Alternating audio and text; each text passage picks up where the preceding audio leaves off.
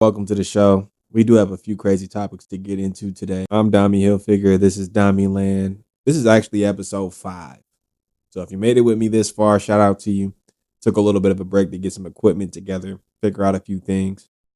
Um, Still getting the format together. Got a new one for you today too. If you watch my other content, you know that's how I get down. We're just gonna keep evolving and making changes until this thing looks the way that makes sense, I suppose. Let's get it.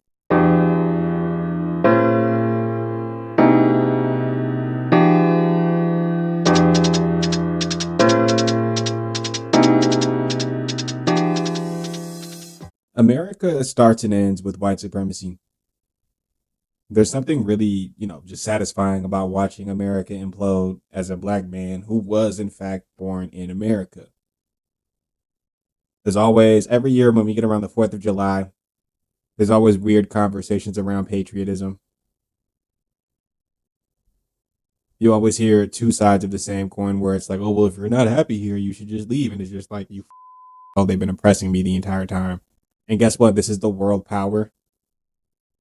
So the way that they run things culturally, the anti-blackness that I won't say stems exclusively from American culture, but has been perpetuated uh, for economic gains too, but has been perpetuated. Like it's like you can't escape that, not even in a place like Africa. Anti-blackness is global. That's the first thing. The second thing, I've always hated that conversation because it's just a lack of perspective at the end of the day, but it's an infuriating lack of perspective. Because who are you to tell me how to feel about this place? You know? Besides the point though, watching all of this stuff happen, whether it's the war, whether it's the economy imploding, whether it's the economy imploding because of the war, literally anything else that's going on right now, and we're gonna get into those topics. Uh, it's kind of like watching a car run out of gas. America is a machine that has an engine that runs on oppressed bodies, and to me, it looks like we're watching it run out of traditional oppressed groups to get that charge off of. And that might sound dramatic, but we get into the economic systems and how America truly runs. There is no America, there's no profit, we'll say, without an oppressed person. And not, you open up a lemonade stand, buy a bunch of lemons for $20, you sell them $1 a cup and you make $50. That's not oppressing people. But like we're in a system where you got those lemons for that price because of oppressed farm labor. Like there's no part of it that doesn't, like you can be 100% innocent. There's no part of this that does not touch that, right? And so as we watch them run out of oppressed groups, uh, off, natural outcomes and what we saw in the past year, because one of those oppressed groups was in fact the migrant workers that Trump terrorized out of the country last year. Again, and I'm not here to be an advocate for underpaid work by any means, but the things ran the way they did. And so it's really interesting to watch this guy who, people voted for essentially because he was an outsider, do exactly what an outsider would do in a system that is just that entrenched. He is in fact flipping it on its head, right? He is in fact flipping the system on its head, but not in a way like when he said that, a lot of people assumed that it would be like for the benefit of all people. When it's just like, hey, I'm just gonna shake up a broken system. I'm not gonna fix it. Things are gonna get worse for you. And mind you, the guy that we said, hey, yeah, let's let him shake the system up. And I'm gonna say we because the American people voted. I didn't vote for him, but the result was the result. The guy that we said, hey, let's shake this bee's nest. One of the billionaires who built it. One of the billionaires who benefits off of all the corruption. One of the funnier, when you look back at the past 10 years, Drain the Swamp is going to be one of the funniest things people look back on. I don't even have to say the word Epstein to make this point either. Drain the Swamp? Are you kidding me? You quite literally were the swamp the entire time. Just on paper. Shady real estate developer is the swamp. Corrupt businessman stiffs everybody he gets into contract with in order to stay a corrupted rich businessman is the swamp. Uses his money as political influence in ways that affects your real life. This was way prior to him being president. But I asked the Central Park Five about what that looks like. He was the swamp. So watching that guy, and to a lot of people, right? Because I don't think either of those elections was like a 60-40 or a 70-30. It was close to 50-50 both times. So most Americans kind of saw through, no, not even most, half of Americans saw through it, but the other half thought that this was the guy to do it not once, not twice, but three times in a lot of cases. And so what he's doing, I think, is speeding it up. We were kind of on this slow walk to it because if you look at all the moves Trump has made, the biggest difference between him and a lot of other presidents is that he didn't go through Congress first. That and the Epstein files. But biggest difference, he just didn't go. He didn't ask Congress for permission. He didn't get Colin Powell to go up there and lie to them about weapons of mass destruction so that we could, stick around in the Middle East for 20 more years after that. Something ridiculous, right? But that was the slow walk. The fast walk is, hey, we're just gonna bomb them. Big Ben hit me on the pager. Yo, we're gonna do this. If y'all don't do this, it's gonna make you look bad. It's gonna open you up to attack. You might as well just jump in with us. What do? We jump in with them. Shout out Marco Rubio. He's on record saying that. The empire has always sustained in this way. Again, it's just they took steps to make things appear more above board than they were before. It wasn't so brazen and blatant in the past, and it wasn't so uncalculated and unmeasured. And I'm not saying it like I enjoy the oppression of the establishment empire. I'll just call it, because the Epstein empire again is just accelerating a lot of these things. Um, but yeah, that establishment empire, it was a slow walk to a lot of this. I feel like there was a president in the future or the current time in a different timeline, still attacks Iran.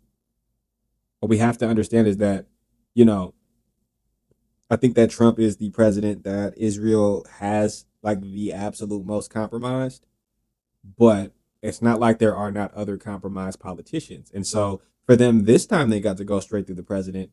I don't who's to say that on this conquest to take Lebanon and all these areas in the Middle East, which people have been talking about for years, pre-Trump. Um, who's to say that they wouldn't have just, had a Congress had them do it the old school way, you know? Because if we look at the war powers votes, right, which is when they vote to say, hey, we're going to limit the president's power to enact these, to wage this war, each of those votes has failed, and it's been a mix. First two was a mix of more, it was like more of a mix of Republicans and Democrats. This most recent one was mostly Republicans and like a couple Democrats flipped. A couple Republicans flipped, like Thomas Massey, people like him for, I think for a reason too. He flipped on the Republicans with that, but and then we had Jared Golden in Maine. He flipped to vote with the Republicans and keeping it going because the vote was like 213 to 214. A tie, they still would have kept the war going, by the way. But still, those two votes, one of them was that like at least if it was a 213 to 213, it still would have went through. But the Democrats could have been like, yo, we're actually doing what we're supposed to. And to be fair, by and large, they still can on that specific vote. The 214 wasn't the difference maker, but symbolically, like think about this, he didn't even have to do that. It would have passed if he didn't do that. But that's what I mean by like I think that Israel may or may not have found a different route because if we look at the actual like the steps that we would have took to do this the right way, again, would have went through Congress. So when it goes to Congress for them to stop it, they're not stopping it, and they've had three chances. Just something to keep in mind. Like I'm of the belief that this was the fast walk in comparison to the slow walk, but what we're watching is a system that has sustained on oppressed people like gas, run out of gas. Okay. And as one of those oppressed people, again, it's hard to sit here and be like, oh no, America, no, no, you know? And like and I don't really want to romanticize this too much, but it's a podcast. I'm gonna rant a little bit. Um, I think about the mass incarceration. Everybody has the takes, especially when like ICE was the hottest topic on the internet, and it's still something that people need to be talking about. It's still a very real issue. It's still being worked out by our elected officials, but like a part of me feels like they, not that they moved on, but like capitalism, the nature of it, there is a business model of growth that marks a successful business in this kind of economic structure. And prisons were privatized a little while ago. Private prison companies have had these contracts to make these things happen for a little while, to run these prisons, to operate them, and they're worth millions and millions and millions of dollars. And so again, not to romanticize this, but I do feel like, not that they ran out of black people to do this too, because we still here, but over time the same tricks got less effective, maybe. So, and not that they had to move on to a new group, because I think they've, like, ICE has always been like a kind of tyrannical force in America. We're still the only place that has a, like, prior to Trump, we're still the only place with a sort of the state kind of solution, whereas other places they have like an agency with agents, but then like if it comes down to it, they pair up with local law enforcement places that handle the more volatile situations. And, especially in other countries where they don't have the issue of the police just booming people left and right, it ends up making a lot more sense over there. But, America needs lots of reforms. That's just one change wouldn't be an end all be all, but it would be a start. Um, and that's not to get too far off topic, because again, yeah, no, I feel like that private prison machine ran out of enough people to keep growing at that rate. And not that they made this up specifically to do that, but I know that if there was any money behind seeing a mass deportation campaign, the private prisons put $1 on it, bare min. Like if there was $10 to make this happen, they put at least $1 down, and that's me being very modest. uh So yeah, part of me feels like that's what we're witnessing though. Like they're running out of groups, it's running out of gas to be able to run this machine on, and we're watching it kind of stall out in the middle of the road. I made a video about this for my other platform, but economists, they listed the not listed the economy, but they declared the economy insolvent, meaning that like we have so much debt as a country that the assets that we have and could possibly make would never cover it. And so that information will say comes out, because it's not like an announcement, but it's like a, I mean, you look at the numbers. I forgot what it was, but it's like, yeah, we do have a lot of debt, not a lot of assets. That doesn't look like a good situation. But you hear that news, and then in the same week, you hear that they want to increase the military budget to 1.5 trillion from the half of that it is right now. So it'd be like a 40% increase. And like you hear people talk about it, like people have been talking about this for a little while.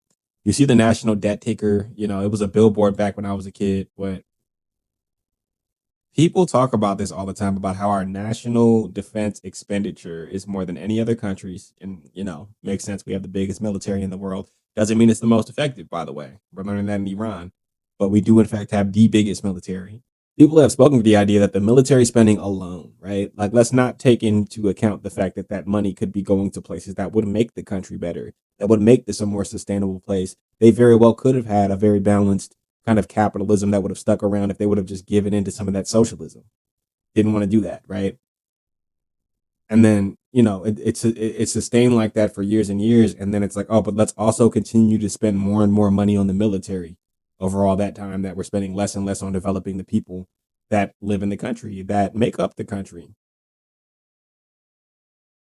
And like this would be a second theory to get into, just kind of separately, about how like billionaires actually benefit from your average person not being that smart, not being that educated, not having that access due to that kind of circumstance. Because the more smart your average American is, the less likely it is that they get that kind of thing off. Just to keep it really simple. So I'm not saying this like I'm not aware of that either, but it's a situation that it's a situation that like overall as a whole is not sustainable. And what it all comes down to is this kind of white supremacist structure. This let's keep oppressing people. And when I say that, I don't mean like, oh, there's a bunch of people in the KKK in the government, which there is, by the way. I actually kind of do mean that. But when I say that, I just mean that like the systems of oppression that were derived from the previous systems of oppression that never really went away. We can sit here and act like, oh, there's no such thing as redlining. You can buy a house wherever you want to. But the wealth from that era of home buying doesn't necessarily transfer if you didn't get into it. More importantly, getting into it For a lot of families, the generations after you is the biggest difference maker a lot of times for if they get into it. And by get into it, I mean home ownership. That home ownership is often the difference between where you live and at the end of the day, the public schools that you want to send your kids to as a working class American, their funding is based on property values in the area. And so there's a chain of years of divestment from the black community. That's what we'll call it here, because literally it's just they didn't let us invest, and then it kept going, and then it was harder to get into over time. So they bottlenecked us out of that housing wealth building that now benefits kids today. And of course, the ability to buy a home based on that wealth carrying over generations. And you can mess that up too. I'm not saying nobody's ever messed up their fortune in America, but it's how it works. Direct connection between that, your quality of education, the kind of life that you live, the resources that you have access to, and the outcomes that you end up seeing. Your likelihood to believe a white supremacist lie so that these billionaires can keep the classes divided and continue to stay billionaires. When they say things like, oh, there's no such thing as an ethical billionaire, there's a reason for that. Think about trying to make $1,000,000,000. Like when I've gotten into arguments with people about this before where you try to make the point. They're like, well, yeah, you can just work hard. And it's just like, yeah, but just think about $1,000,000,000. Think about any plan that you could have right now that doesn't require you to break the law. That's the other thing too. A lot of people are like, oh, I could be a millionaire tomorrow. How? Well, I'd rob a bank or I'll flip a bread. If you had to break the law, that's the point. That's the conversation we're having right now. You had to break the law to even get a chance. You weren't supposed to be able to do it. And like, it's always been like this for black people, even when things were a little bit more sustainable. But that is how America ran on oppression. They needed you in a situation where you were taking penitentiary chances and a lot of times ended up getting caught. They needed to relegate you to that kind of circumstance. And that push, that momentum to get you there is entrenched through many, many systems, including the housing, including the schools, and it's all connected. So to be someone who has an understanding of that, has lived through that, has seen it firsthand, I've seen people break it, I've seen people break from it. As somebody who's lived through that, seeing that exact system unchecked, uncut, off the leash, be the reason that the system itself is collapsing, it's like chef's kiss. What do you want me to say? What do you want me to say? There's not a governmental harm. There's not any kind of violence from the state that gets directed at one group that can't happen to you at any point, at any given time. Maternal mortality used to just be like, not just. It's a big issue in America, and it disproportionately affects black women. That's what I want to say, because that's true. But we're getting to the point where a lot of these states, they have, because they, Supreme Court pushed back Roe v. Wade. They said no more Roe v. Wade. It's no more, abortion is no longer protected under the 14th Amendment. We're going to push it back to the states. So the states that didn't want abortion, they have these draconian abortion laws. I just read a story on ProPublica today where they were talking about how 2 women most recently died, and the medical board is at odds with basically the law, because the medical board is like, you guys actually could have did more, but they're like, hey, until last year, even suggesting that she should get an abortion to save her life was aiding and abetting, and I could have went to prison for it. And even up to today, if they somehow get caught providing that operation outside of some kind of very, very legal, very, very narrow legal framework, they get 99 years in jail to be a doctor and you perform anything like that. And like 2 pregnant women died off the strength of those laws because the doctor didn't want to take penitentiary chances to save her life. And you put them in that position. But it was interesting because it was a black woman and a white teenage pregnant chick, which all of a sudden it's not just the traditional oppressed groups anymore. This thing is collapsing. And these are just kind of one-off incidences. We could talk about a couple other things like the warehouse fires, for example. That's very obviously a symptom of this. The first one and I won't even say the first one, because another thing we have to keep in mind about these warehouse fires, I did the math and looked into it, did the science and the research. Fire line, they got it from like the National Fire Science Board, something like that. But they were talking about how there's 1,400 a year from, it was like over a 4-year period, there was 1,400 a year. So it averaged out to like 3 to 4 fires a day.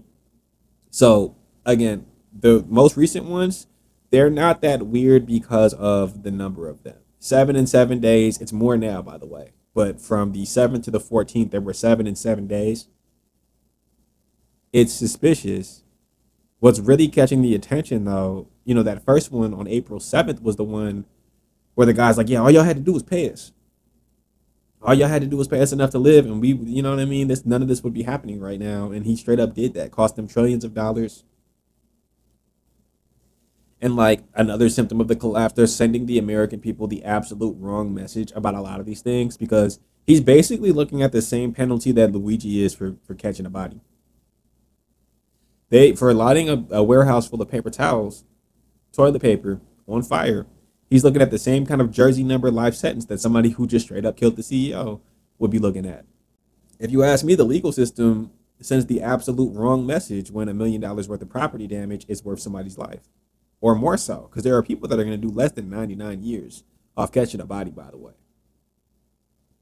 like I can appreciate, dollar amount, this, that, but like, act of terror, even I can, that's laws of the empire. What are you going to do?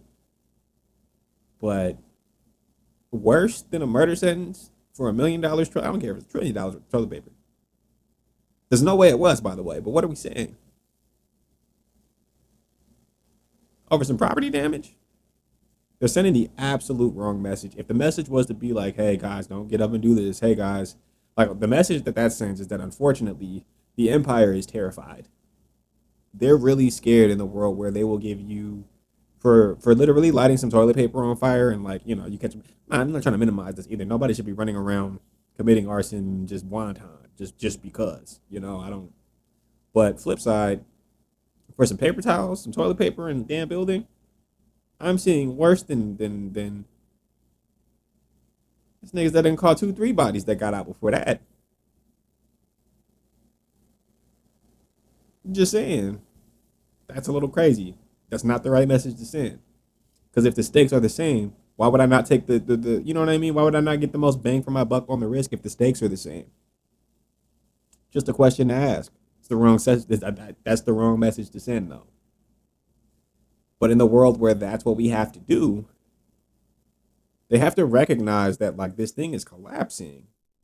That's not something that happens in a place with a sustainable economy, with a sustainable societal structure. That is something that happens to a place where to a place full of a people that are fed up.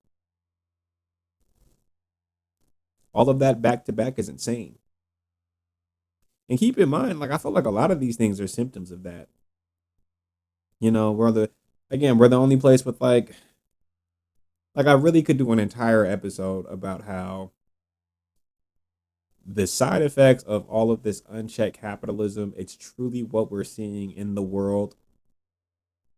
Like everybody often asks, why does America have these problems so uniquely in comparison to some other places? But America has a unique profit incentive in comparison to a lot of these places for a lot of these things. There's a unique profit incentive to lock people up in America. There's a unique profit incentive for healthcare, rehabilitation, elder care, hospice care, group homework, autism ABA. There, like literally, there is a unique profit incentive to anything you could think of in this country, and it's why things go so wrong.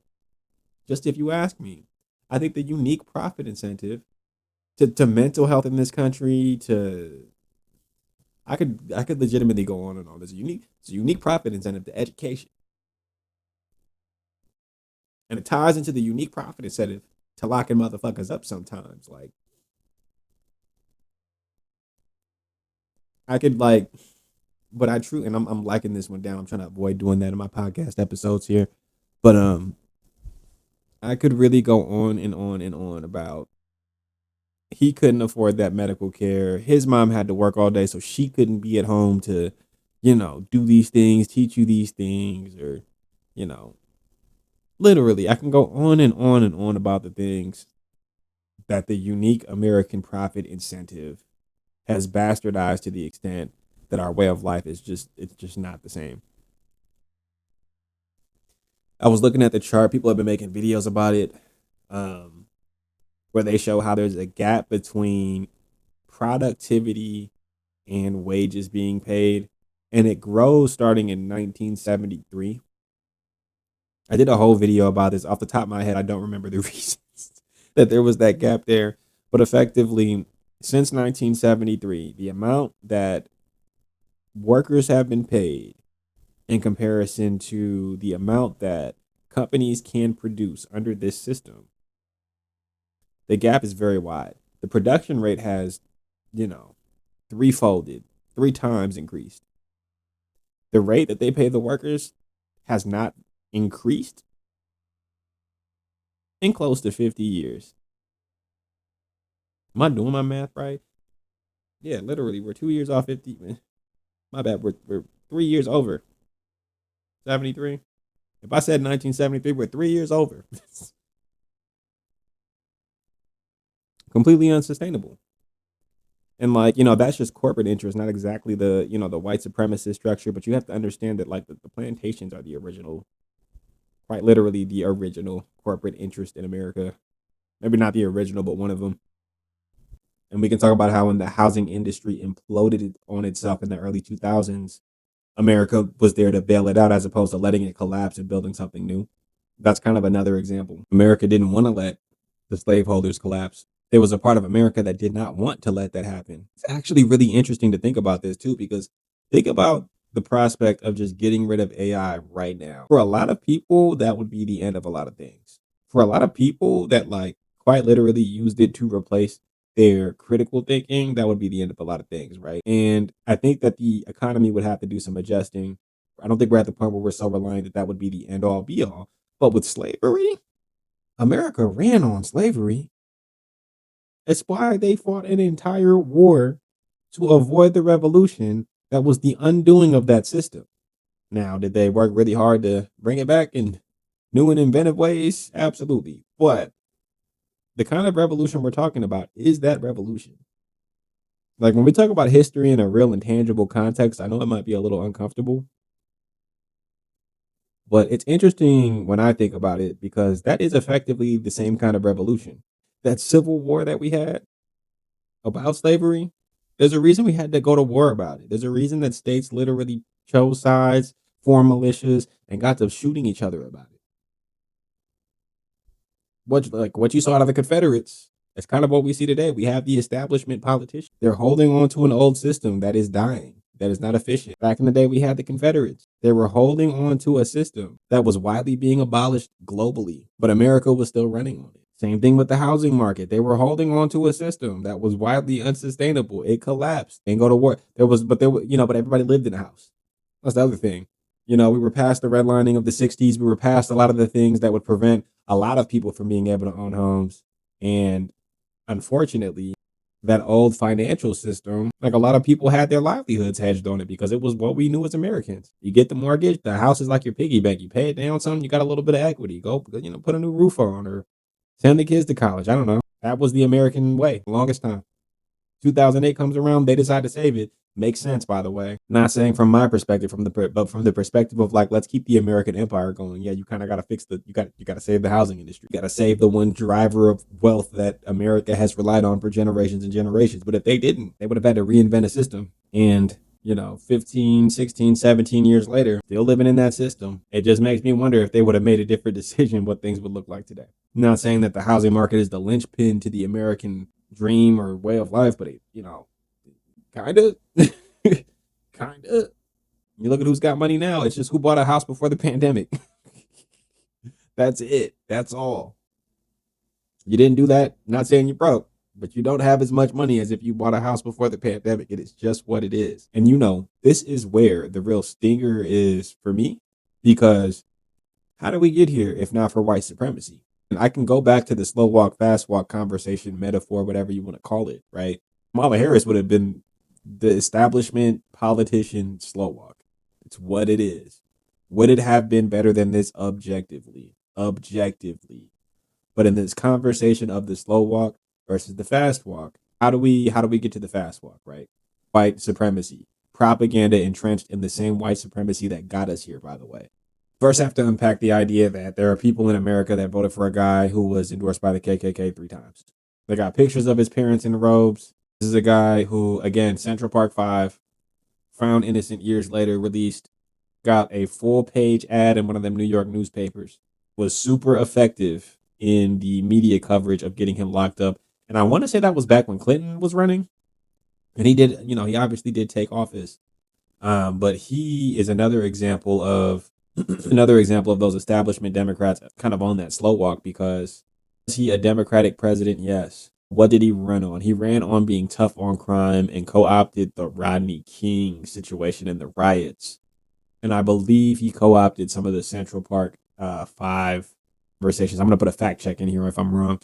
Um, he co-opted a lot of that Central Park Five momentum, that Rodney King momentum, that tough on crime momentum, which at the end of the day just means tough on blacks. When you hear from a white campaigner, a white candidate, you're tough on crime from a white candidate. Just it's tough on blacks, it's tough on minorities. That was the slow walk version. And then we get Kamala Harris out here with a more tolerant version of that slow walk. More than, the 50% of Americans that said no got their way, and they got the fast walk from the blatant white supremacists. And that's what a lot of people wanted, because they saw that as representing him being like, they saw that manifesting as him being an outsider, which was fair because he was an outsider politically, necessarily an outsider from the corrupt system. And I think that was where the issue lies, because, and I'll say this too, they don't exactly teach you how American corruption works in school. So I don't necessarily blame people for being blindsided by the idea that a billionaire wasn't going to save them. So I don't exactly blame working class people for the idea that a lot of us got by a billionaire claiming to have the solution to the trouble of the everyday working class person. A billionaire who got to be a billionaire taking advantage of working class people. Don't put it past the average American for not understanding that he wouldn't have the solution. As crazy as it sounds. And, I got into this a little bit earlier in the rant when I was talking about, the schools. It's kind of by design that, the information is not there, that they're underfunded where they need to be, so that the other systems that make money, that have a profit incentive off of the outcomes of that underfunded school, can profit. Again, that's the same white supremacy that got us here, the same white supremacy that, had them codify laws and use the Bible to justify slavery and economic growth. It's the same white supremacy they used to get y'all to vote for a billionaire that said he was gonna flip the political system in the favor of the working class. It's really funny to say out loud, but it's true. But yeah, that's probably enough ranting for today. Gotta get into some clips and some topics. Leave a comment, like, subscribe. Let's get into the rest of the show. But it appears that they're back on Dave Chappelle's ass, but this time it was very self-inflicted, if you ask me. He went on an NPR podcast, first and foremost, or he did an interview with NPR, but it was it was in support of public radio, which I believe in. Let me just set the record straight on that, because a lot of times we talk about these clips out of context. Fuck with what he was up there trying to do. Now they got to asking him some questions, the responses, that's not necessarily what I agree with. But, even before I get into this take, I want to say that as someone who grew up a Dave Chappelle fan, Chappelle Show fan, this is where we get into the dichotomy of being black in America, because it was really hard to sit here and be like, damn, Dave, you said all, you really don't understand this, as somebody who was very much a fan. And, I would say that I would still consider myself a fan of Dave Chappelle's work, but just, you got to separate the art from a person at times. I've passed on seeing him live off the strength of not necessarily agreeing with his opinions, but I will say that those new specials come out, I watch it from time to time, right? Like I saw, and this actually brings me into the topic, because I saw the one where he was I've seen all of the trans joke specials. I've seen all of them. None of those parts weren't that funny to me either. I think one of them was a long, I forget what comedians call it, where it's literally a long bit basically. So I started at the top of the set, and then I keep weaving it in through other jokes, and then I wrap it up at the end with it. He had one of those on trans people. So it's hard to sit here and then listen to somebody be like, well, I didn't want the Republicans to weaponize my jokes. I just wanted to make my jokes that weaponize trans people. Especially when we get into these conversations about semantics and wordplay and the way that we say things and the way that we communicate. I feel like a lot of people like to minimize them because they're quote unquote just words. But And I'm not giving Dave any flack on this because I do feel like he's got too many resources. He's heard from too many perspectives right now to still feel like that was something that made sense to say. You know what I mean? Like, yes, my jokes could be weaponized. I didn't want the Republicans to weaponize it. Like the point wasn't for them to be weapons against trans people. It's crazy. And like it's kind of the like I made the point earlier that it reflects a bigger issue in America. You know, a lot of people want white, a lot of people don't want, what did I say? A lot of people want to stop white supremacy, but they just want it for them, basically. Like a lot of people just want white supremacy for them. They don't want equality for all people. But I would say it also just speaks to the idea of like, again, how important words truly are because there's this idea of manufacturing consent that a lot of comedians like to ignore when they make the point, oh, it's just jokes, it's just words, free speech, this, that. And it's all true, right? It is just a joke. These are just words, and you do have a right to free speech. Now, the best way to explain this is like we can take the example of dog breeds, for example, the way like people don't like it when you talk about pit bulls in a certain way, like, oh, all pit bulls aren't that bad. You make a point, and people get really, some people get really mad. Which, to be fair, I'm sure all pit bulls aren't that bad. They're not all like toddler stranglers with teeth, that do it with their teeth. Uh, Flip side, me just making that joke kind of manufactures the consent for you to have that idea, for you to feel like, yeah, ha ha ha, that was funny. The idea that something's funny because it's true. It's like we manufacture the consent for these things through jokes. And then we take the tinge of seriousness off the thing we just said with this veil of humor. But at the end of the day, what we said was still just as serious as if we weren't trying to make you laugh. And that's, I think, like if Dave came out and said that, and that's the lesson he learned from that experience, I would have completely different things to say right now than what I do about him saying, I made trans jokes, but not for the Republicans to weaponize. Because the trans jokes were weapons. I could have weaponized them as a non-Republican.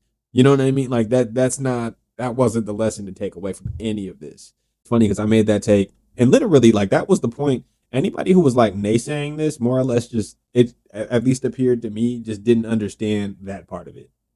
Not saying that like, oh, you can't understand that, you can't understand anything. I'm not saying that. I am saying that like if you really still feel like it's all just words and it doesn't actually matter, these are just comedians, like the role that comedians play, the role that speakers in general play, right? Because there's public speaking and there's being a good comedian versus a good public, like I think that any good comedian could be a public speaker and a really good one. I don't think that any good public speaker could be a comedian, right? And that's kind of what I'm getting at with this idea that it's really not just jokes.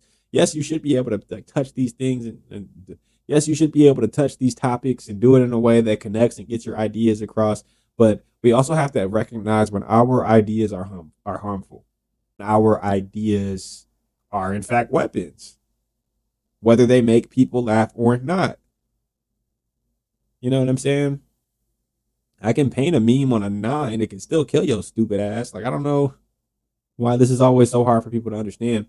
And I really don't think that it's hard for people to understand as much as it is easier to compartmentalize the role that we play in some of these situations when we can say things like that. If we can't say things like that, we have a different issue, but we can. So overall, yeah, that's again like if Dave came out talking that type of shit, I would be like, maybe he learned.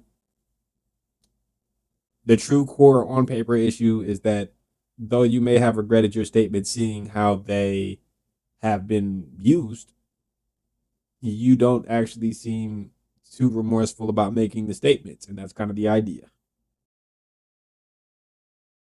So the story about Kash Patel that hit the Atlantic, it's a legitimate bombshell. And I went through this earlier, the FBI kicking his door down to wake his ass up, all type of shit. He wants to sue the Atlantic for putting that article out, which is absolutely ridiculous. That's the last thing he needs to be trying to do. There's a process called discovery. When I did a video about this, I got a bunch of comments about this too, but like, look, they're gonna lay all of this out. I think when he initially made the threat, the chick Sarah Fitzpatrick, I believe she was the author of that article for the Atlantic. I want to say she's the one who got on there and was like, "Yeah, the Atlantic's got good lawyers, and we fact check all of this shit. Please do." Like they're ready to come to court and lay this out. Why would you? And not even why would you? It's kind of funnier to imagine that the director of the FBI doesn't understand the legal process to that extent. Why would you open yourself up to something like that if that's true? And again, the Atlantic doesn't bullshit. They propagandize, but they don't bullshit. That would actually, I kind of want. I think everybody wants to see that. It's probably not going to happen off the strength of everybody wanting to see that happen too. Like I kind of wish that he would though. He's probably going to lose his job next. Like it just seems like the scale for what puts you on their radar to get fired is how embarrassing shit is. A couple people resigned on their own. I think that the Iran war situation would have been embarrassing enough for them to try to throw Joe Kent under the bus for sure. Pam Bondi was the Epstein thing. They threw her right under the bus for that, even though that like Trump's like literally the most named person in there in the Epstein files. Like they're the Trump files. Okay, let's throw Pam Bondi under the bus. Went for it. That's what she gets for rocking out with him. But that's crazy that they went for that. Christine she was embarrassed. Like everybody keeps talking about the $220 million contract, but she was embarrassing them left and right. You had the contract, but you also had the wild expenditures separate. You also had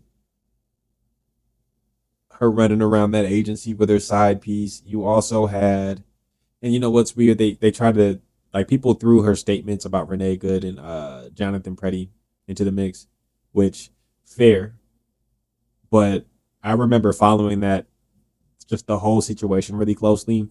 And Greg or whatever the ICE commander name was, he just got out the picture. He resigned to. I remember him and Christine Home gave a word for word similar speech at that time that people were still mad at, but they were throwing her under the bus for that too. And I'm like, that was y'all messaging, like in a lot of these circumstances. And I keep saying throwing them under the bus because they're not good people. Like I'll give Christy Nome as an example. Christy, I shot my dog in the face and wrote about it in my book Gnome. You know what I'm saying? Um, Flip side though, like it's not like she didn't do the job that they brought her on to do. When I first heard about the $220 million that they ended up firing her over, I thought that was her trade off. I thought that was the money that because that story came out like last summer, last fall, and then we got a bunch of like kind of side updates, and then the more embarrassing stuff like they fired that pilot because they left her side piece boyfriend who worked at DHS's blanket on the plane, so they fired the dude, had to rehire him. And now they're just doubling down with like leaking her husband's like illicit pictures, we'll say. They're just doubling down now, but like I mean maybe they saw that coming and got ahead of it. Because that would have, if nothing else was the thing, that would have been the thing. If embarrassment is the scale, she would have, if not anything else, this would have been the thing. But yeah, I say all that to say that Kash Patel has very much passed the embarrassment threshold for what this administration seems to be able to tolerate. So my money's on him. It was on Tulsi Gabbard. Again, I still think they're gonna be like they just it's gonna take one more good Washington Post article about some weird foreign intelligence business as the national security chief. Like that's crazy. It's kind of crazy. It's not crazier than alcoholic uh income. I was gonna say incompatible, but that's a word you could use here. But unfit for the job, Kash Patel. That's a different conversation. Because Tulsi Gabbard is probably actually more fit for the job than a lot of these people that they put into the roles, just experience wise. Not saying that like, you know, because you look at her history, it's really funny. I don't know how you're somebody who's been on every party thus far. You want to talk about a career politician? Tulsi Gabbard has been on literally every party you can imagine from starting her career to now be in the White House. That's kind of crazy. She's like a journeyman politician. Have you ever heard of ever thought about a journeyman politician? The Chris Paul of politicians? Yeah, Tulsi Gabbard is really the Chris Paul of politics, and that's nuts.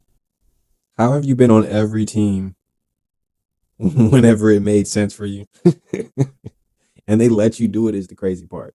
That's what I meant earlier too by like, at the end of the day, As far as political appointees, of all the people they shoehorned in there, right? Pam Bondi was qualified too, though.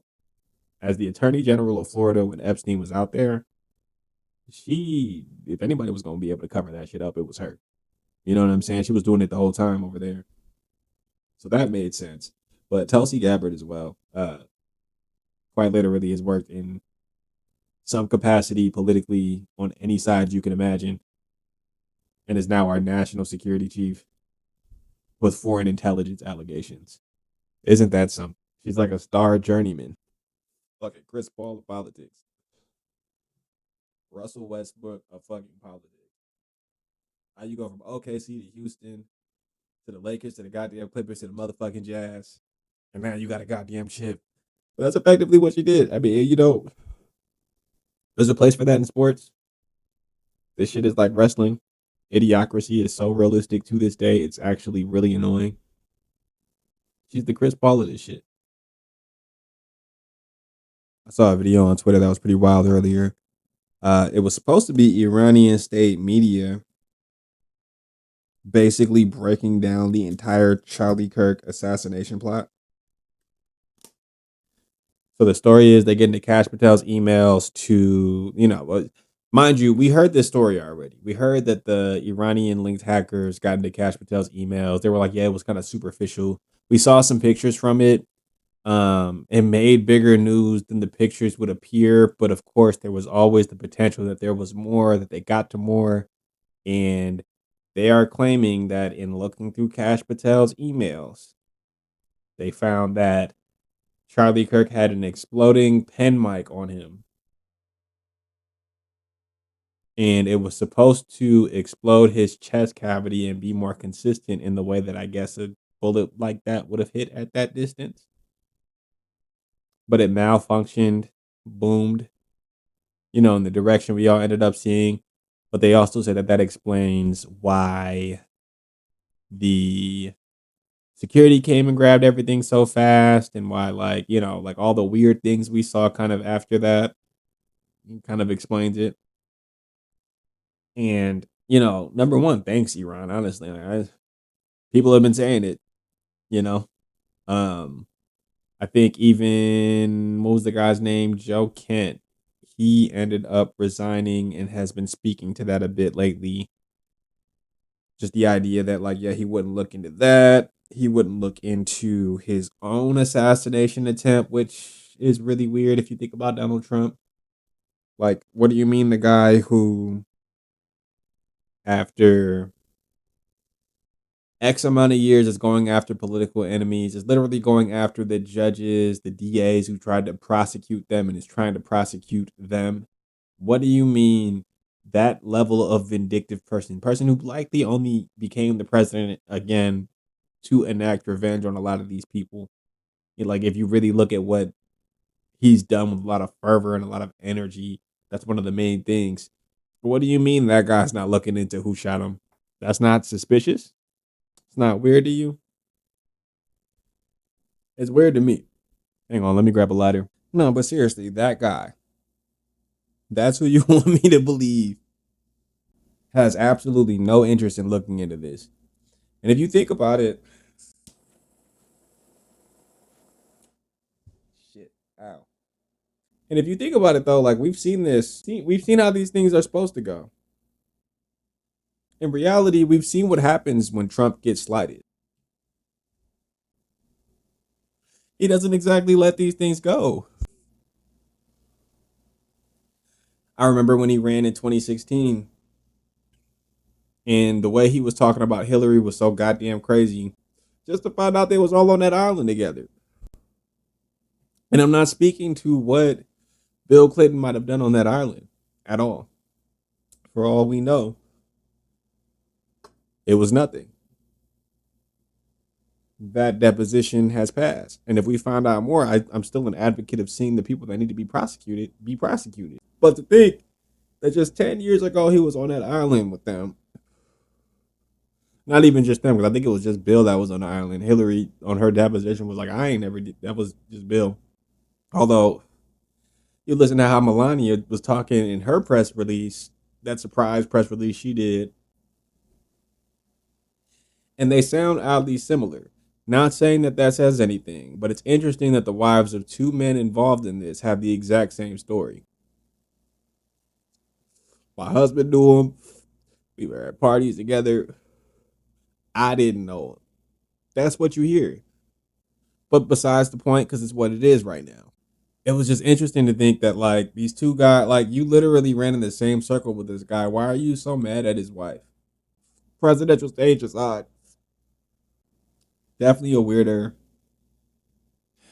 thing to think about. Especially with like the conversation I was having earlier about the whole Iranian propaganda and well about the whole like the white supremacy of it all, getting us to this point and leading us to the outcomes we're seeing today. That's kind of one of them. You got to feel like you run the place to think you can run on releasing the Epstein files just to be the main motherfucker in the Epstein files.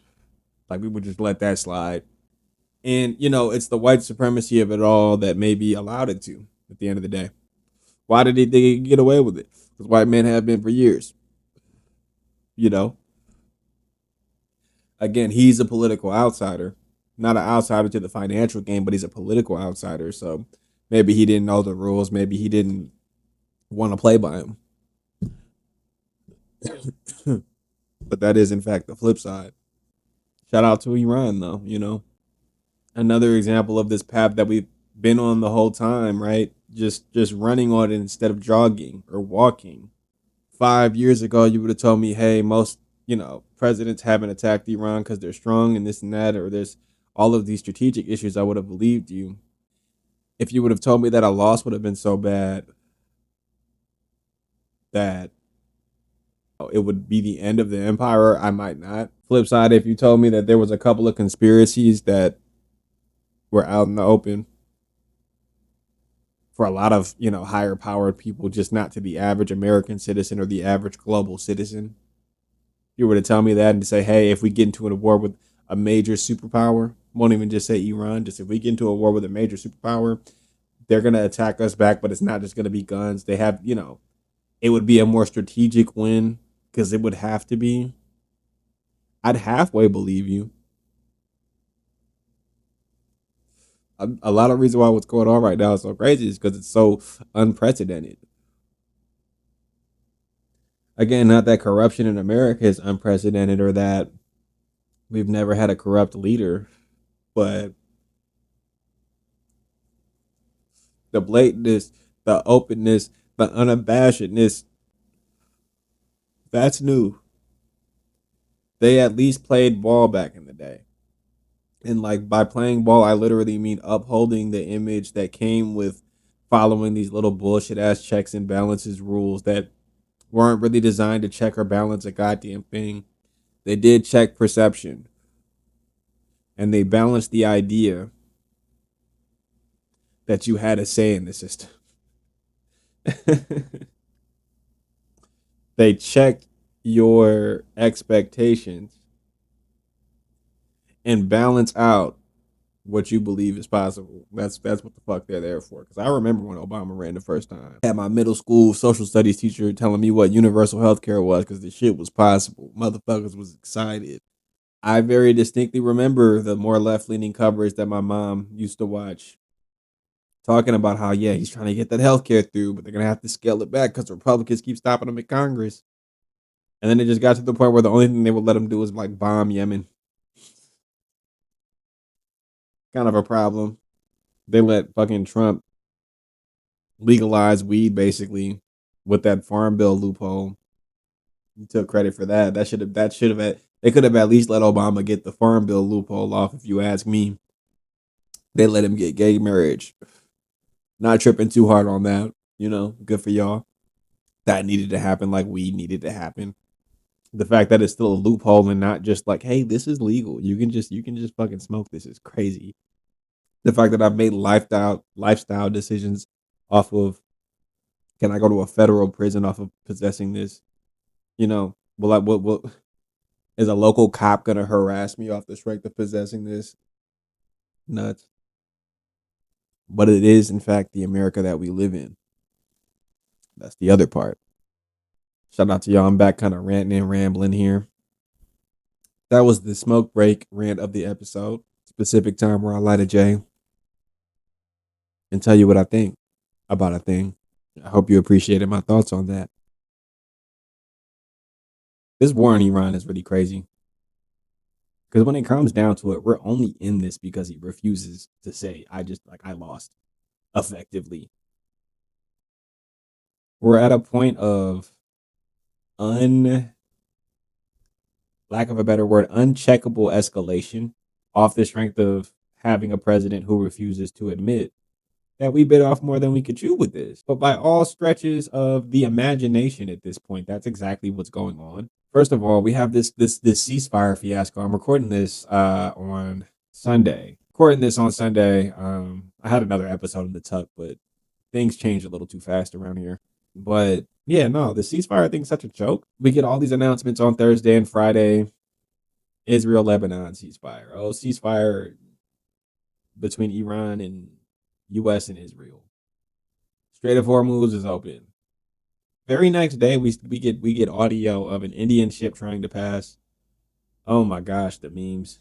The memes and like the I didn't do any videos about those memes specifically because like I laughed a little, but it's genuinely fucked up. Like it's genuinely fucked up the situation because think about it like this. The president of the United States in almost any other circumstance, not that he would have been the authority, but in any other circumstance, him saying that would have meant that it was true. Not saying that him saying it would have made it true, but in any other circumstance, if he said that, it would have been true. Now, he is Donald Trump in this circumstance. He is losing his mind in this circumstance. So it's a different situation, right? But he announces that the Strait of Hormuz is open sometime before the end of this past week. Again, today's Sunday the 19th. We see a ship get attacked for attempting to try to do that pass through the strait. On his word, they get shot up. They gotta call the Iranians. Yo, what's going on? We said it was open. I don't know if this was an exact quote, but I've seen this floating around. People talking about, yeah, no, y'all are taking the word of an idiot over what's really going on. You need to stop doing that. Like, yo, that honestly. And like, so for me, because I've been following the situation, it's not the only weird thing, but it's one of them. And they all kind of point to this idea that either there's some miscommunication in the middle or Trump is very simply miscommunicating to us. And I say that with a little bit more to back it up to. Today, we got a couple of stories that were really interesting. They did like a press lid or another, like, basically they told the press to leave the White House again. Immediately after doing that, Trump jumps on Truth Social to let us know that we attacked an Iranian tanker. Ceasefire is very clearly not a ceasefire. Midas Touch came out with a report of how basically there was a really big military meeting and they left Trump out of it because he was a security risk. And it's hard not to think of how the Strait of Hormuz was announced to be open and Indian ship got attacked, presuming that that was the case. Had to go back. It's hard not to think that they weren't trying to avoid that for things that had to do with our military and our ships. That's what I would do at a time like this, knowing he's going to jump right on Truth Social. Because again, we attacked the ship. I didn't find out from CNN, Fox, or ABC. I found out from Truth Social, and that motherfucker sending an official White House communication out to let us know that that happened. And so keep in mind, yes, official White House communication, but just off the Strait of Hormuz being quote unquote open and then us finding out it was still closed, he's not a trustworthy source. Obviously not the only example. But like, we have that issue. And then we have the issue on the other hand of basically all of the media being state controlled. He's either suing them and failing, but he's still trying to sue them, or he's buying them out. We see what happened with CBS. I think that's about to happen with CNN. Their deal went through. They cut MSNBC and NBC in half. Now they're two separate entities. Like, they're doing all of these things. So it's like, not only do we not get the real information from our traditional media outlets a lot of the time, we don't get real information from the president who's getting it before them. And again, not saying it like it doesn't make sense. If the goal is to control the information, that is the one thing they're doing effective, like I would say. And there were stories coming out over the summer about how, changes were being made to how we would receive information on the internet, to the extent that it was like we had a closed off internet like a lot of authoritarian countries. Wouldn't surprise me, especially the way you need a VPN to see anything nowadays. But it's just interesting because, not only are these oil tankers, like the Indian one, for example, putting their lives at risk on the word of this president, the oil traders are. And so what we saw happen over the weekend, we saw the oil prices dip significantly off the strength of believing that the Strait of Hormuz was open because the president said so. And what we're seeing now, as news of airstrikes both before and after the Israel Lebanon ceasefire come in, and as news of these strikes on these Iranian boats, and Iranian state media comes out to be like, yeah, no, we just drone strike some U.S. military ships. Going back to the state media versus Trump conversation, I don't think we're going to hear about that for a little bit. But state media over there in Iran came out and confirmed that pretty much the second that they sent out the video of us hitting the Iranian tanker. Or not the second, because they actually came out and said they were going to retaliate, and then they said that they did. But it's just such an interesting spot to be in, because it's like the U.S. is legitimately only going to show us the very limited footage they have of us winning this, versus Iran, and they're straight up like, hey, this is what just happened. This is what just happened. That clip of them hitting the boat isn't even that freaking clear. You just see them shooting off the side of one boat, and then in the distance you see a boat on fire. That very well could have been edited, doctor, whatever you want to say, but it was official from the Pentagon.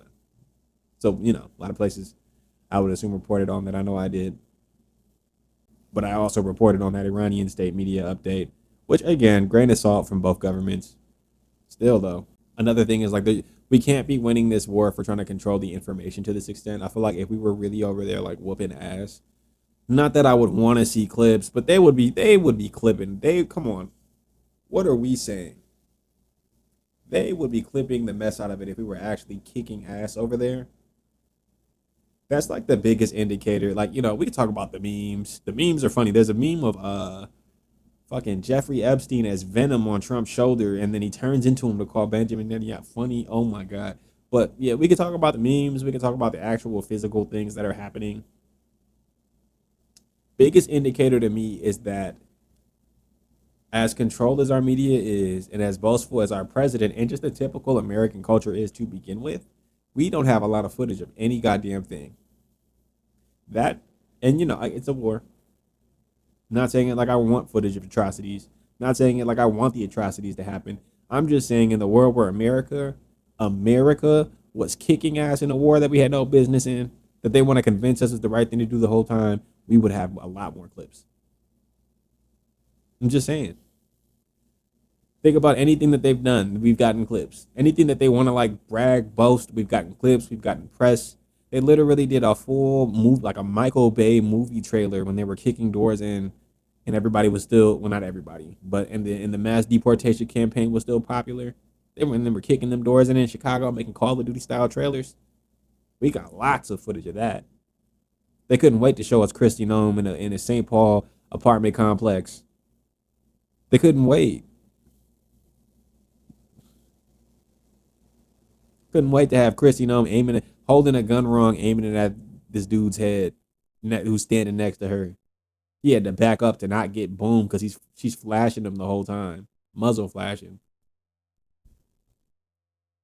They can't wait to show off even when they're in the dead ass wrong.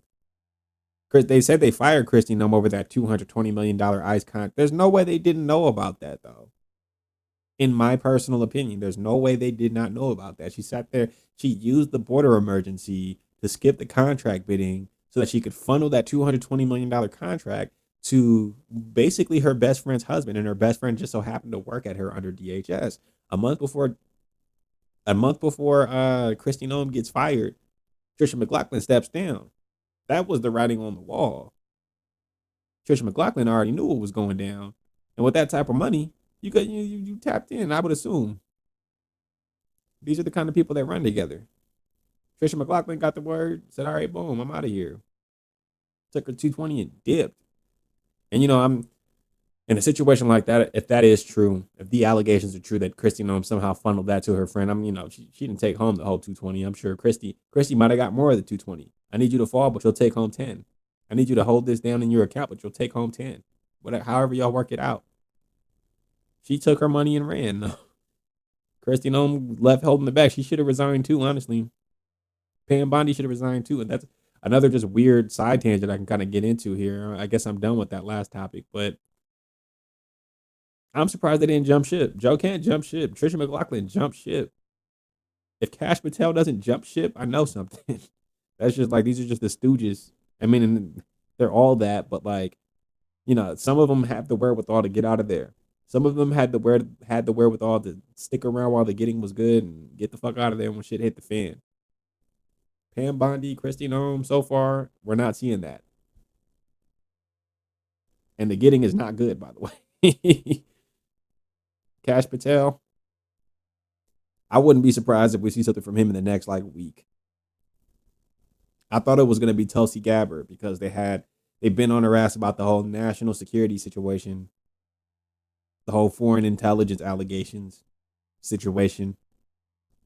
I thought that would have been I really thought they would have full court pressed that, but come to find out, Kash Patel is using FBI budget and equipment to be woken up in the morning because he's too drunk, he's too fucked up off the yayo.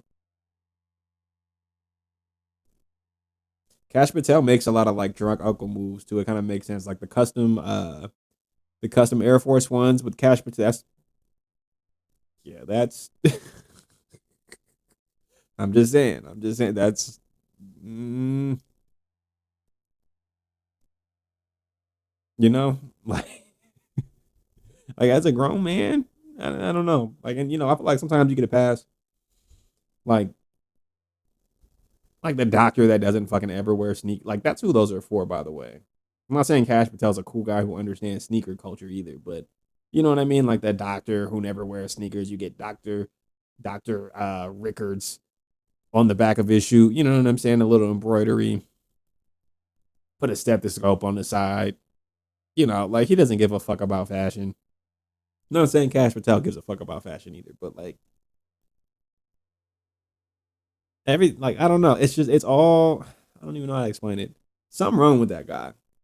That's the one thing I would say for certain is that something is not like right with Buddy.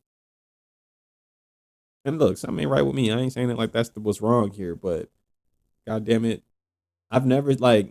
It's one thing to want a job. It's one thing to campaign to get a job, right? People do it. You see, especially in like high office, you see that kind of thing all the time.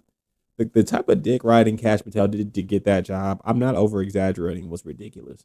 He wrote 3 children's books depicting Trump as a king fighting his political enemies in fairy tale like adventures before he got that job. Let that sit. Sit with that for a second.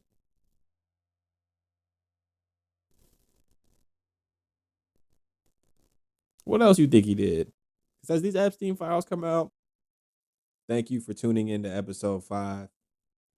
There's always a place for you here at Dahmmyland. I'm Dahmy Hilfigger. If you like the episode, let me know. Leave a comment. Shoot me a subscribe if you haven't already.